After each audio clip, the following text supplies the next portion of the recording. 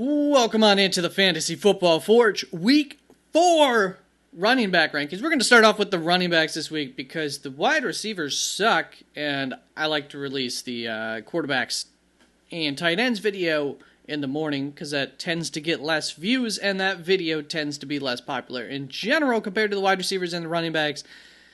Running backs a little bit easier this week.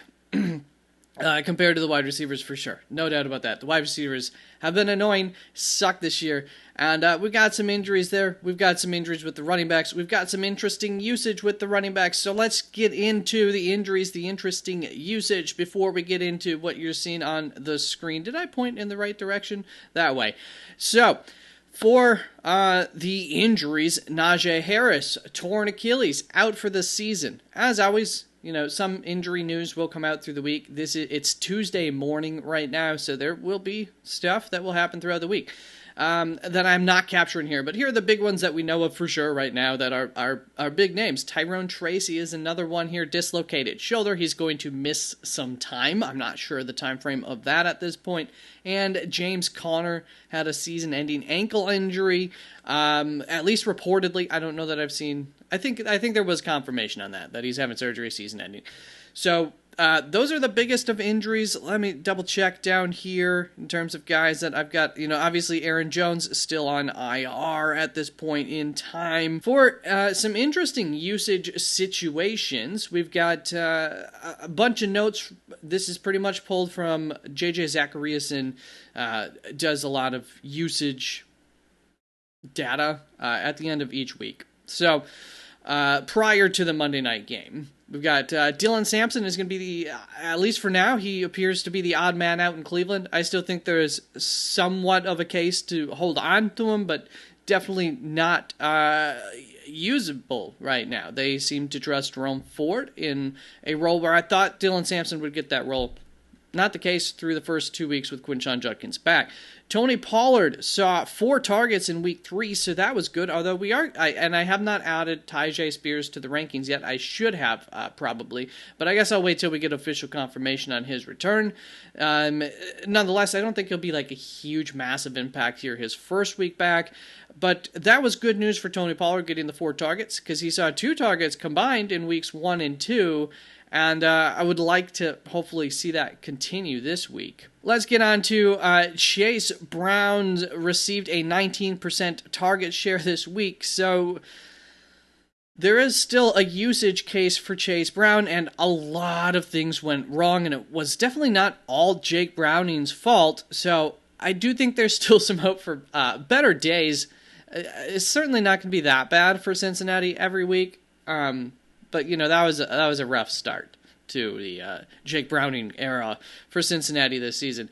0 targets for Jordan Mason, so that's something we would have liked to see some targets there for, but he just is not really much of a receiving back. It wasn't until after the 3 fumbles between Ramondre Stevenson and Gibson that Henderson way outsnapped them. The rest of the game, he outsnapped those 2, 26-8. After those fumbles. So just something to keep in mind. It wasn't like this was a forced takeover by Henderson. There were some reasons for some increased usage for him that may not continue to give him increased usage, although are part of the reason why plenty of people thought Henderson was a good buy draft time because of these concerns of reasons why Stevenson might not remain on the field, not keep the trust of the team. Jaylen Warren's usage did go up in week 3. Aaron Rodgers had spoken about that being a thing. I pretty much bought into it. Yeah, it happened.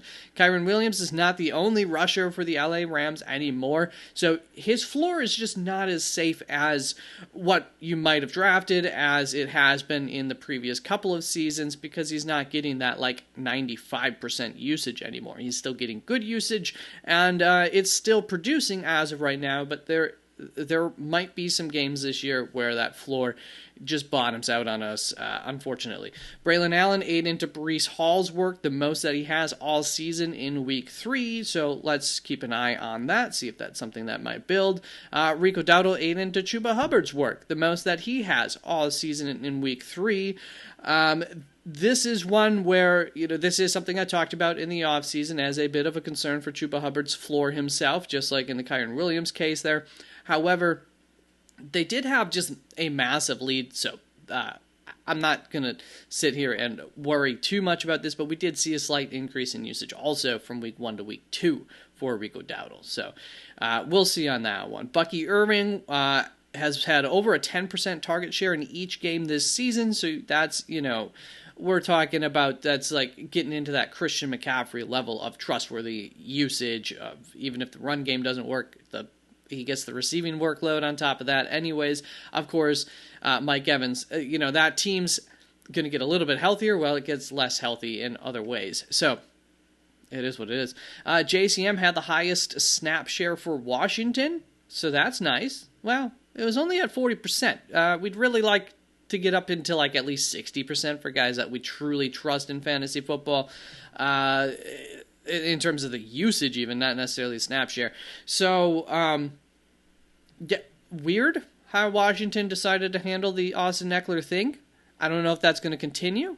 I would say the one thing that we have seen through the first 3 weeks is that although they might like JCM a lot and like the future for him, they definitely don't just outright trust him yet at this point in time. So that is concerning, but I do think that there is workload for him to grow into.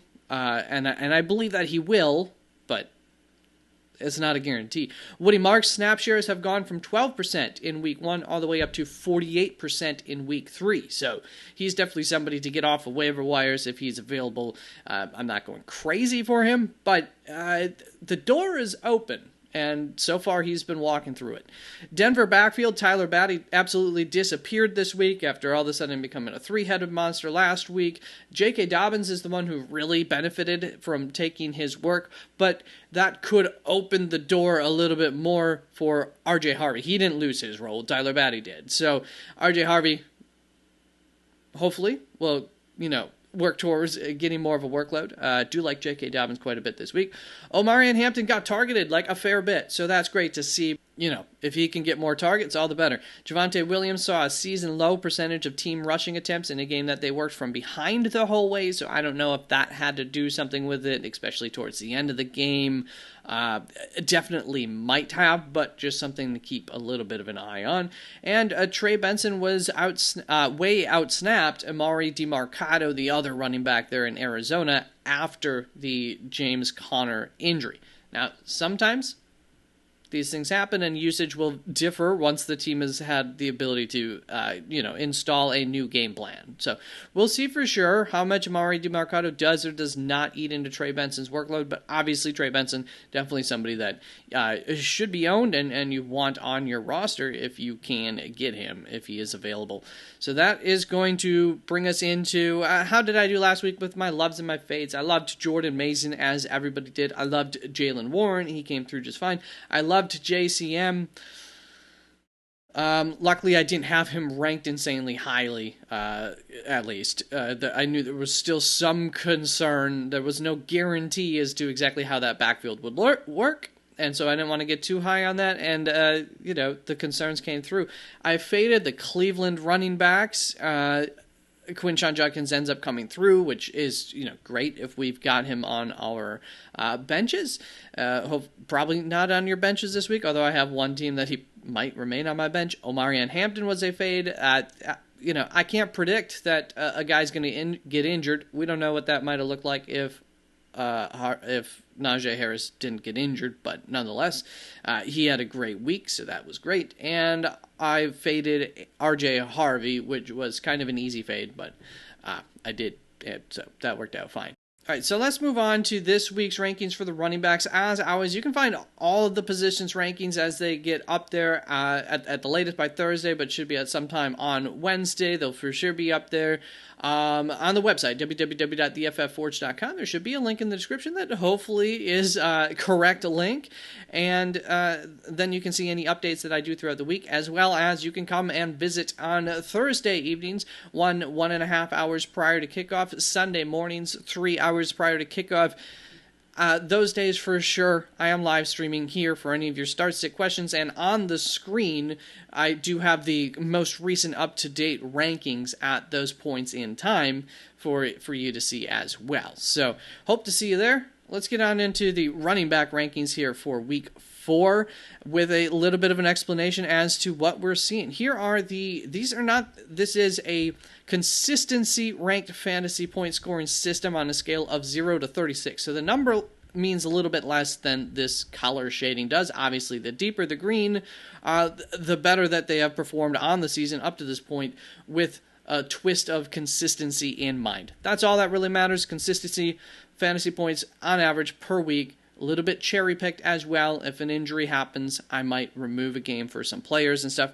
And I'll try to remember to point out a couple of situations where I might have cherry-picked some usage stats. And then over here, we've got opportunities and receptions. Targets are worth 1.92 times more than rushing attempts. So I value targets as 2 and rushing attempts as 1 for these opportunities, and this is the average opportunities that these players have received per week so far. And so we know opportunity is king in fantasy football, and you will see very much so that there is a correlation between opportunities and production. There just is. That is a thing. So when we look at that, we can then look at maybe some guys who have underperformed, overperformed so far on the season. Underperformers up here at the top for the amount of opportunities, which this is one where I removed Week 2 for Amari Hampton, not Week 1, because Najee Harris wasn't much of a factor in Week 1. And so that's for the fantasy points and the opportunities here. Still, a little bit of we can expect some regression in favor of more fantasy points going forward for Omarion Hampton, and we can expect, of course, these opportunities to hopefully remain quite high.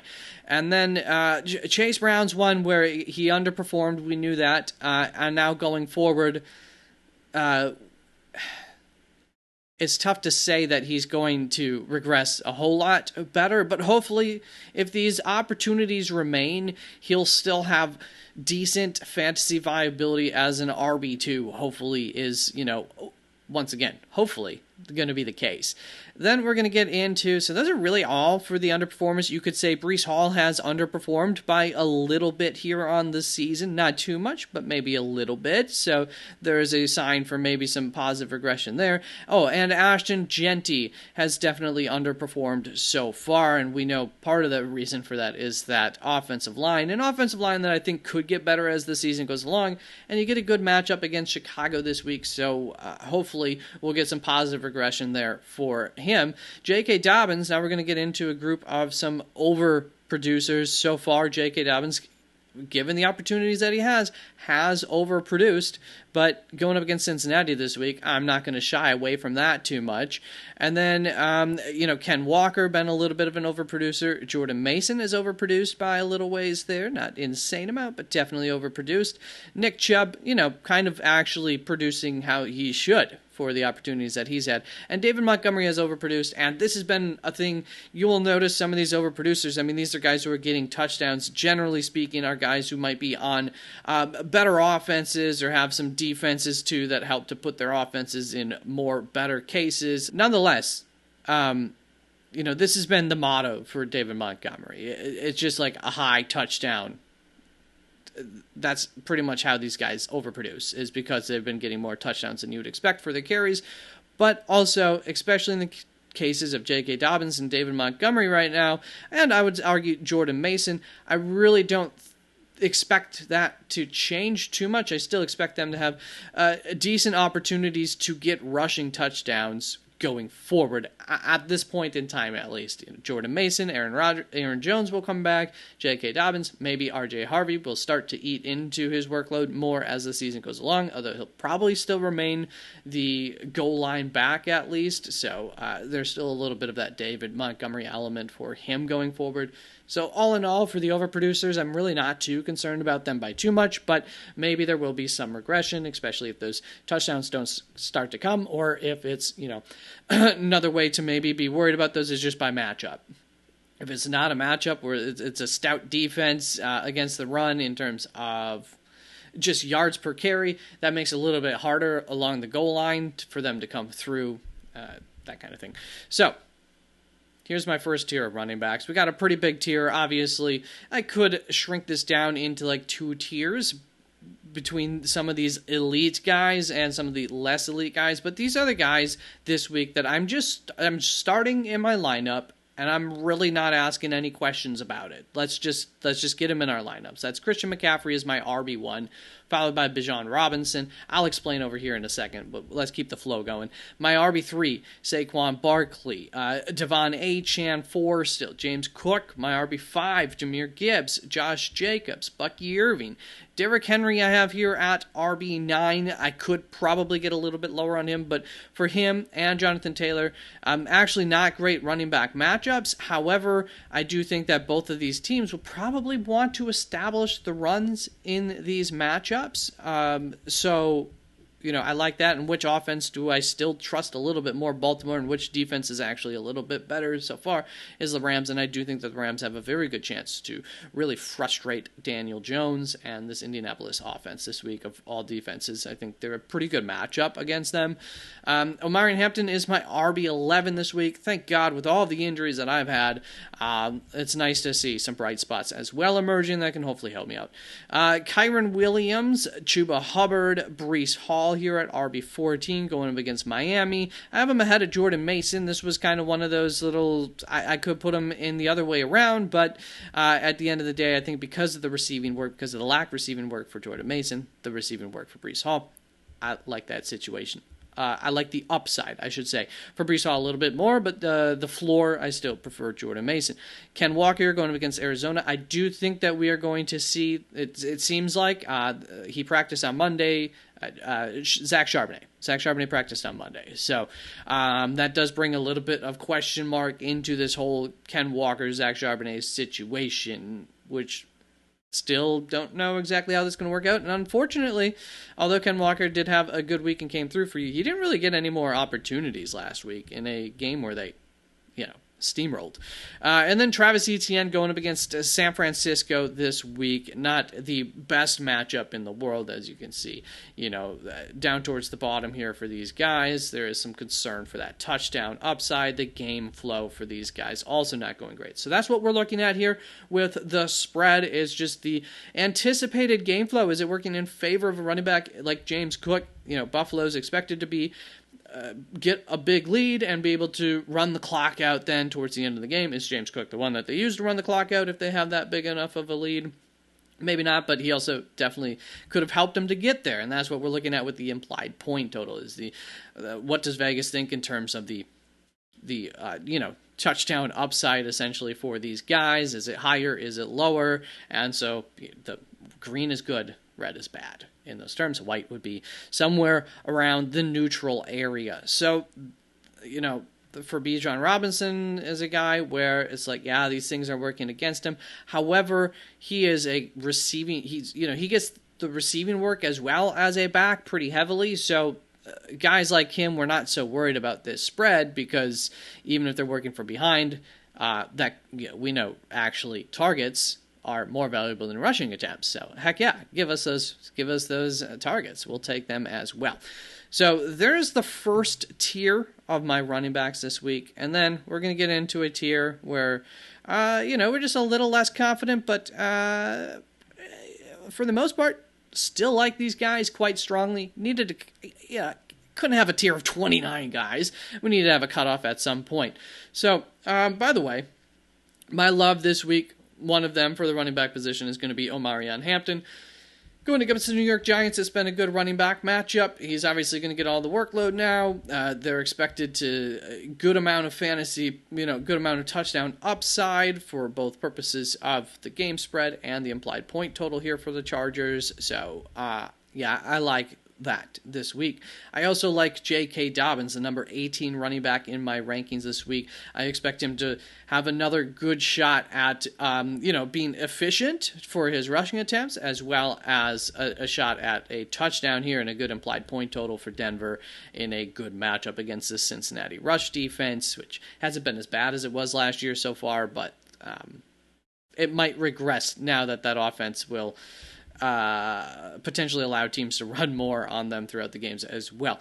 And then my RB19 is Ashton Jeanty. Also decided to give him a love of the week because of the matchup here against Chicago. It's been a really good running back matchup, so maybe this will be a week where that offensive line can look okay, and Ashton Jeanty can find a couple of lanes and maybe break one or something, as well as just it being a good matchup. Then we've got Quinshon Judkins here as my RB20. You can see, just like last week, I mean, there are concerns here against Detroit, and just like this Cleveland offense will always be the implied point total, the touchdown upside, just on the lower end for a guy like Quinshon Judkins. But he was really good against a really good run defense last week, so I'm not too scared about that. And in fact, I want to have him ranked higher. Then we got DeAndre Swift here at my RB21. I ended up moving him back a little ways. Las Vegas somehow has actually been pretty good against running backs. I don't know that that's something that will remain the same throughout the entirety of the season, but the implied point total, the fact that Chicago is supposed to beat Las Vegas, all helping to work in favor of DeAndre Swift this week. And he gets a lot of opportunities. He does well enough with them. Not ultra efficient, but he gets he gets what he's given so far in fantasy football. And so, generally speaking, I do like DeAndre Swift quite a bit this week. And that's why I gave him the nod over Javonte Williams, who I am going to give a fade. I still think that Green Bay run defense is very good. I do believe there was another injury to that Dallas offensive line as well. So that's not going to be helpful. Implied point totals, the game flow not really working in favor of Javonte Williams too much, but he does get some receiving work. So I'm not freaking out and just sitting Javonte Williams, but I won't be surprised if it is a poor week for him, or at least just like an average-ish week and no touchdown. Trey Benson, let's get pretty excited about Trey Benson, but we still want to see how that works out. I do end up having him ahead of Jaylen Warren just because of matchup, essentially, here, and what Vegas is thinking of this game. But Jaylen Warren, going up against Minnesota, should continue to get plenty of targets, at least. Chase Brown falls all the way down here, just outside of, all the way down to running back 25. It's not a good matchup. And then, Cincinnati coming off of that week that they did last week. It doesn't inspire hope. I don't expect them to fumble the ball as much as they did. Hopefully they can move the ball a little bit easier, but against Denver, that's a tall order. Tony Pollard, I do like quite a bit this week. Also, though, a rough matchup that that offense hasn't been very trustworthy. Sorry, actually, Houston's been a decent matchup so far for running backs. I don't know how true or not that is exactly. So I'm still willing to put Tony Pollard out there. Alvin Kamara, we saw the targets go back down after a week where we saw them go up. And the expectation coming into the season because of head coach tendencies is that those targets will not remain, but got excited about it last week. As is always the case with New Orleans, the touchdown upside also not incredibly high, but a fine play. David Montgomery, always a good play going up against Cleveland. It's a really good defense. It's not a good running back matchup. The opportunity, though, to fall in the end zone, Vegas still thinks is there, but for the most part, Cleveland's a pretty darn tough defense, so I'm just not going to get too insanely high on David Montgomery, even after a spectacular week last week. Cam Skattebo, going up against the Chargers, it is a tough matchup. It's the New York Giants offense. I'm really not expecting this offense to look much better this week than it did last week against the Chargers. So you will find in my rankings I'm pretty low on them, generally speaking, but is going to get some work. He gets some receiving work. He's a good receiving back. He's a good running back, I think, and he's getting more experience under his belt. So for the most part, I'm still pretty happy to play Cam Skattebo as well. Now we're going to get into the running backs where, there are some concerns, but still some upside. TreVeyon Henderson is going to be a fade for me this week. Just want to point out as my RB30 here, I just don't get too excited about that workload. It's not a guaranteed thing. Ramondre's definitely, I would guess, Ramondre gets the first carry in the game next week. Maybe not, though. Maybe he goes into the doghouse and gets not sat, but maybe he gets pulled from the first drive or something like that this week. We'll see about that. But I have TreVeyon Henderson ahead of Ramondre Stevenson. I think here's our opportunity as a coaching staff too to just turn the ball loose into TreVeyon Henderson's hands as the starting back. We'll see if they actually do that. I've got Nick Chubb here next. He does fine for the usage that's given to him, and it is a good matchup against Tennessee. Actually, this week haven't been the best against the run. Decent matchup. So, I'm fine with Nick Chubb. I'm fine with Ja'Cory Carson-Merritt if we have to play these guys. I don't really want to. And I'm going to fade JCM. Going up against Atlanta, they've actually been, I think through the first 2 weeks, they were the best team against running backs in terms of fantasy points allowed against the position. So we'll see exactly where that looks like after week 3. But nonetheless, he's still play-worthy if you need to. Ramondre Stevenson, same thing, especially going up against Carolina. That's part of TreVeyon Henderson, the upside here, but Carolina hasn't quite been as easy of a matchup as they were last year on defense. And then Zach Charbonnet, he was practicing on Monday, so this could be too low of a ranking for Zach Charbonnet. So he just makes it into this tier as guys you could play, and Arizona's just kind of average defense against the run, so not a bad matchup. That's going to bring us on to this next tier of guys. Now we're, taking a Hail Mary, but we see how that Hail Mary could pay off. All right, I'm just going to save a little bit of time because I do think I'm going to shuffle this tier up a little bit. At least Chris Rodriguez might go down. Isaiah Pacheco might move up a little bit. And that's that. Let's catch up with R.J. Harvey. R.J. Harvey going up against Cincinnati. There's an opportunity for some more usage and what could be a good matchup, could be a blowout game here. So if we got to take the Hail Mary on R.J. Harvey, I'm willing to take it. Ollie Gordon seems that they're going to carve out a role for him as a little bit of a power back. I don't think that they're going to pull back from that. I don't think that was an aberration. That seemed very much like something that they're going to install into this offense. And makes enough sense. So going up against the Jets is not a terrible matchup. Could have a nice, efficient game on not a whole lot of opportunities, and the touchdown upside is always there potentially for him. And then Woody Marks his role has been growing. It's not the worst matchup in the world, especially game flow wise. Houston is expected to whoop up on Tennessee. We'll see exactly how that works out. The game, the implied point total isn't the highest, but if you got to take a Hail Mary, those are the guys that I'm taking the Hail Marys on this week compared to just kind of the rest of the guys. Those are the week 4 running back rankings. Now we got the wide receivers will come out tomorrow evening. The quarterbacks and the tight ends should come out tomorrow morning. So go check those videos out as they come out, please. And don't forget to like, comment, and subscribe. I appreciate it. And of course, your input on the rankings are always appreciated. I mean, for the most part, you think Jonathan Taylor should be up a few spots. Don't worry about it. I mean, the Jonathan Taylor owner, feel free to comment and let me know, but the Jonathan Taylor owner is going to be starting Jonathan Taylor. There's zero doubt about that, even in what is a bad matchup. But obviously, you're starting them. That's why I got those guys there. But obviously, any input is definitely appreciated. Let's go to week 4. Let's win our matchups. Peace out.